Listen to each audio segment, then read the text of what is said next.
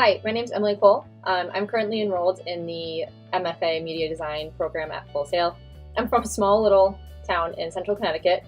It snowed this morning, and now it's raining. That's what you get in March. First reading was really inspiring to me, actually. It really made me think about who I am right now and then where I want to get to. All I know is that my love for visual art is stronger than anything else. As for the first concept, returning to your origins, I found it really interesting, actually. When Green was referring to as you become more sophisticated, you often lose touch with these signals from your primal core. And I took that as thinking of a child at Christmas time and an adult at Christmas time. And, during that time of year, children just are so overwhelmed with joy and wonder. And as you become older, you have more responsibilities. So you kind of lose that sense of magic a little bit. And I thought of Green's advice to try to find that nostalgia feeling again of that wonder and joy and bring it forward and work with that to bring excitement back into what you want to do. The next concept, finding the perfect niche, is essentially just trying to find the right field for you, even if it doesn't exist yet.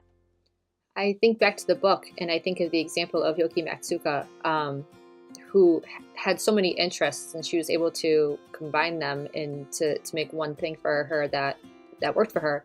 And that kind of actually is really inspiring to me, and that's something that I want to strive to do myself. Avoiding the false path, I think, is important. It's easy to get distracted, especially by money and job security. And majority of the time, I think people they just need to be able to support themselves, which is frustrating because if you're like me, you're totally aware of the sacrifice of not following your path of your passion that you're making, and it kind of leads to your downfall. So now I like to think of it as find your passion and make a career out of that. The concept of letting go of the past is actually probably one of the most important, I think. This concept makes me think of a topic known as a closed or a fixed mindset, which is basically you in a stuck position because you think you can't do something because you don't think you can do it the way that's expected of you. The quote from the book, the moment you rigidly follow a set plan in your youth, you will lock yourself into a position and the times will ruthlessly pass you by, kind of really goes along with this idea. The last concept that Green talks about is finding your way back, which is actually something that I've already applied to my life before this course even started. So it has some significance to me, and I'm going to use that for my turning point story. So my previous job, I worked in elementary special education for almost 5 years. In the beginning, it was great. In the beginning, I really enjoyed it. But 2 years down the road, something had changed. I didn't feel satisfied with it anymore, and I became frustrated with that feeling. Now, art has always been something that's therapeutic for me. When I had these feelings of frustration, I would kind of just lock myself in my home studio and just hours on end projects.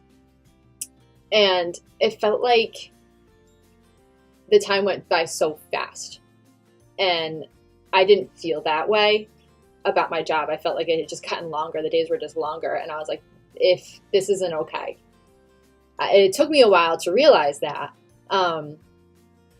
but once I did, I said I need to change my path because this is not the one that I want. I quit my job. Financially, I am terrified right now, just because I don't have the income. But that's one of the challenges. That's one of the sacrifices that Green was talking about, that you can't have everything if you want to get where you need to be. So I'm learning to cope with that right now. But I'm really excited for this journey and where it's going to lead me. As far as specific job titles that I want for after I graduate, I'm not really sure as to what that is yet.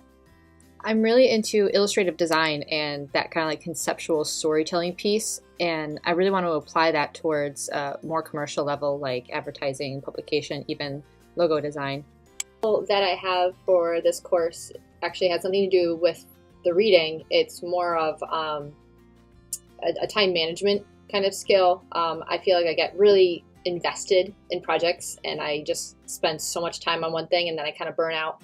So I'm trying to figure out a way to really learn to focus my energy and time better.